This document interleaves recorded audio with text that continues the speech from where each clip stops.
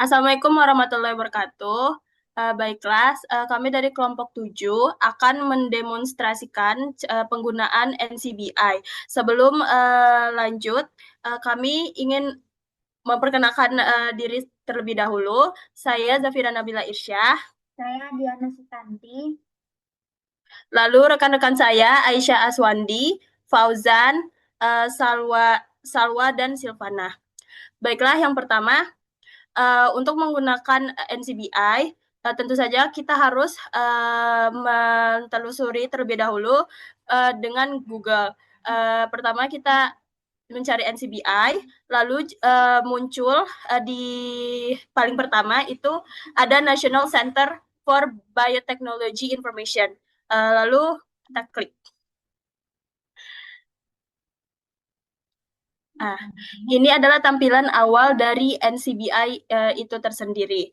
Nah, pada kesempatan kali ini kami akan mencari suatu gen melalui database yang tersedia di NCBI. Nah, untuk mencari database dari NCBI, pertama kita harus merubah all database di sini menjadi target kita, apa yang ingin kita cari itu gen. Nah, baiklah, gen yang akan kami cari pada kesempatan kali ini adalah INS atau insulin.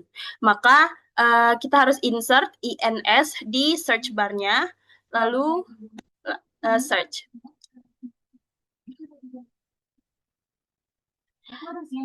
Setelah berhasil ditelusuri, maka tampilan selanjutnya adalah seperti ini.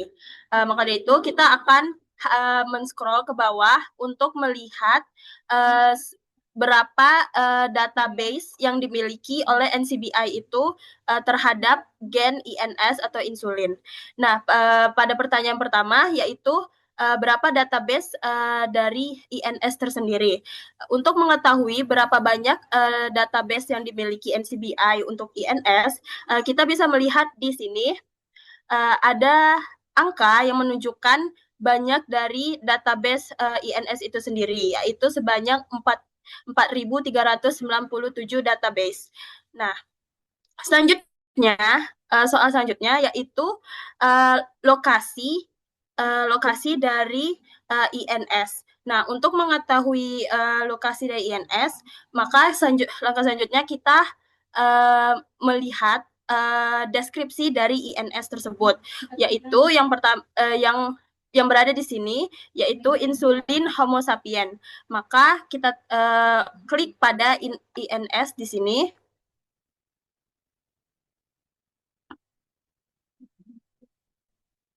Nah, setelah berhasil di search atau ditelusuri, maka akan muncul halaman seperti berikut.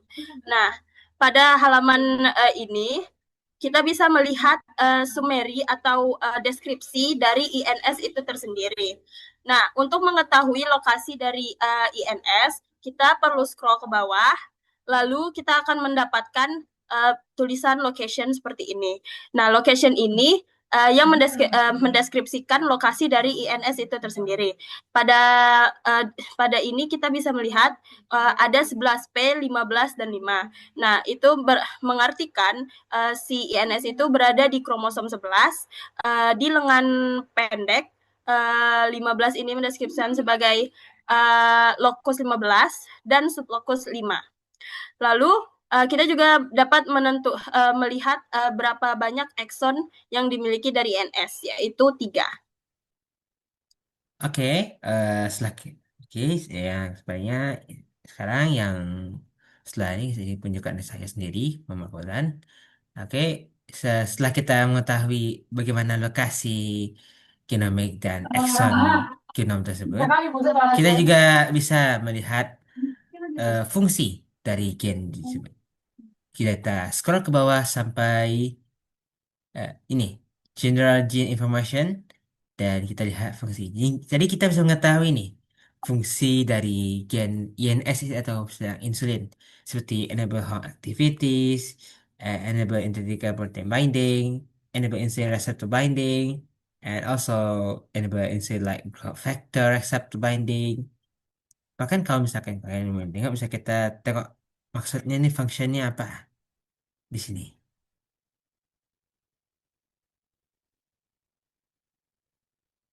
Seperti kita tengok di Amigo.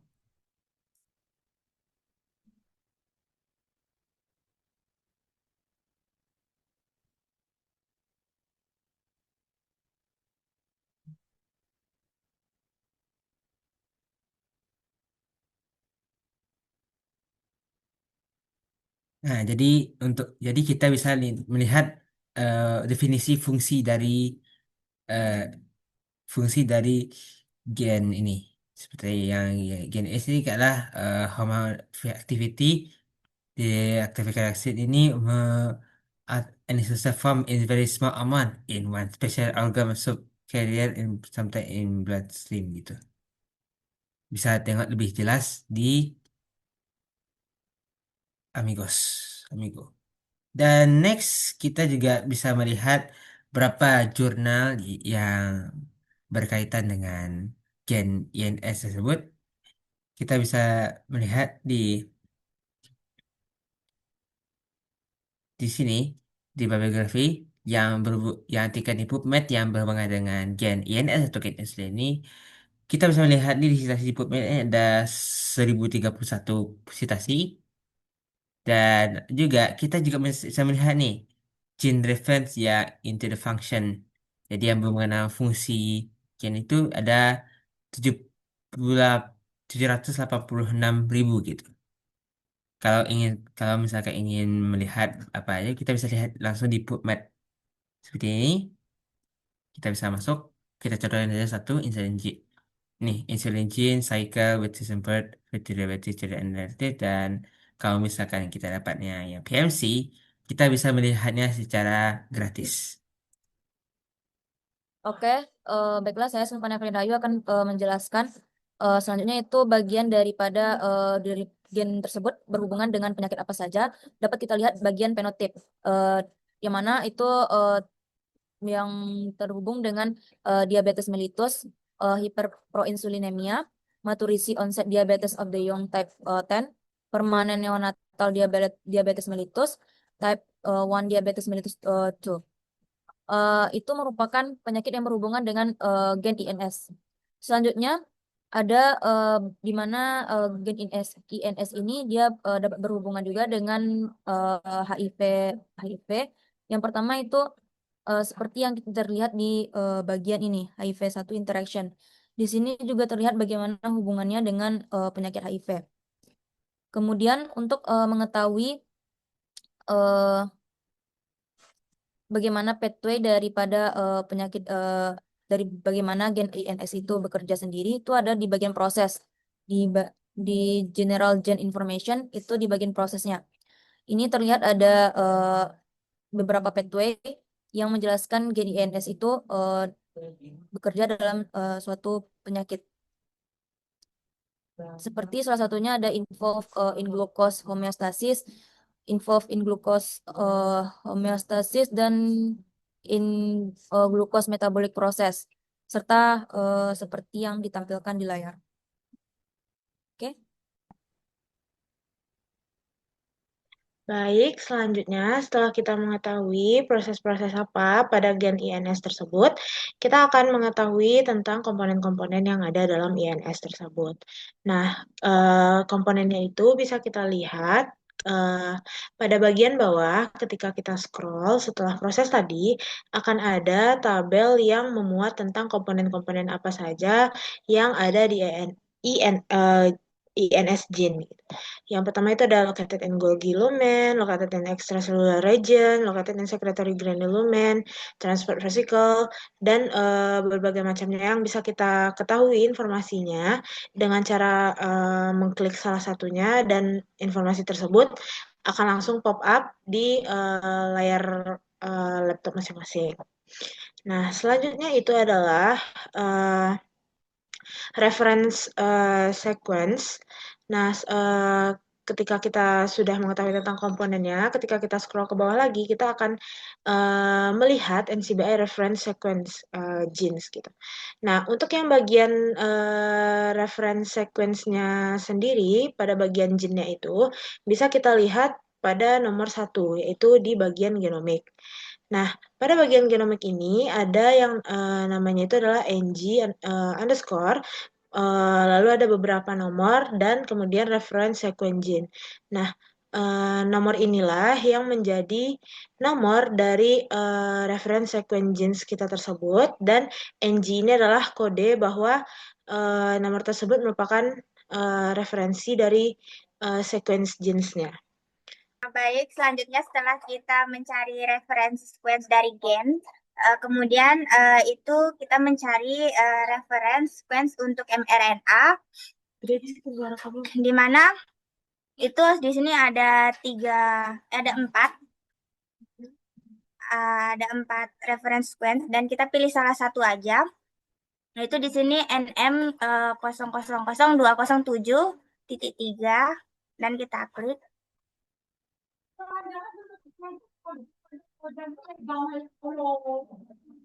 Setelah itu akan muncul di sini reference sequence-nya, yaitu di sini NM 000-207, di mana panjang dari nukleotidanya di sini ada 465 BP mRNA-nya. Kemudian untuk kode accession-nya di sini 000-207. Dan ini di bawahnya itu ada bahasa pair yang lebih detail, di mana di sini dari 1 sampai 421 bahasa pairnya. Kemudian selanjutnya itu kita akan juga tahu mengenai fungsi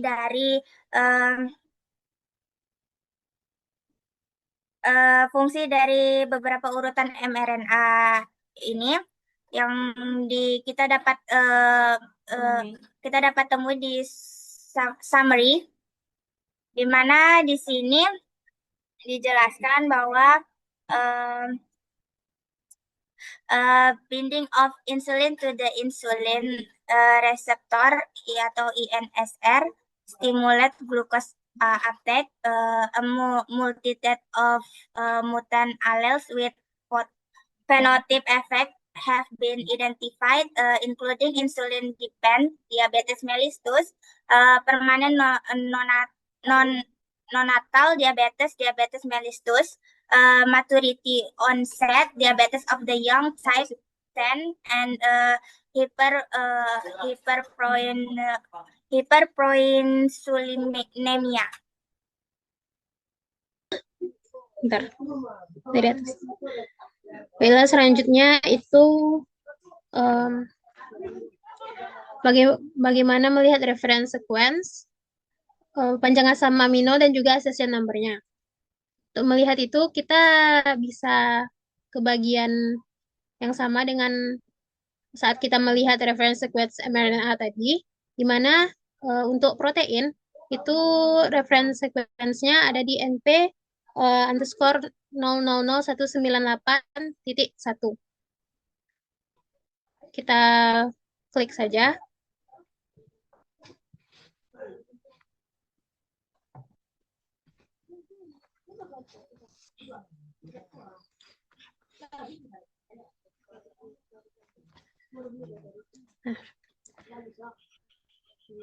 Baiklah, pertama untuk accession number-nya itu adalah NP 00198.1.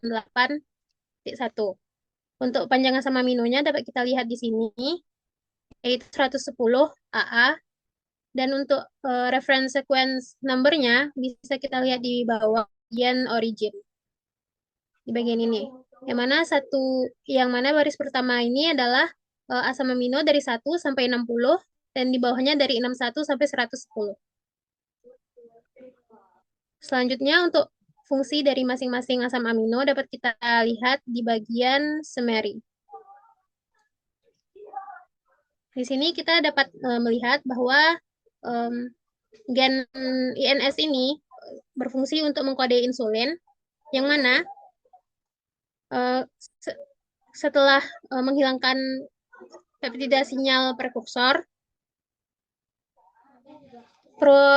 proinsulin ini dipotong menjadi 3 peptida. Sekian, dikembalikan. Ya, satu. Baiklah, sekiranya hanya itu yang dapat kami sampaikan dalam demonstrasi NCBI kali ini. Lebih kurangnya mohon maaf, semoga apa yang kami sampaikan dapat bermanfaat bagi kita semua. Baiklah, saya tutup selaku moderator. Wassalamualaikum warahmatullahi wabarakatuh. Waalaikumsalam.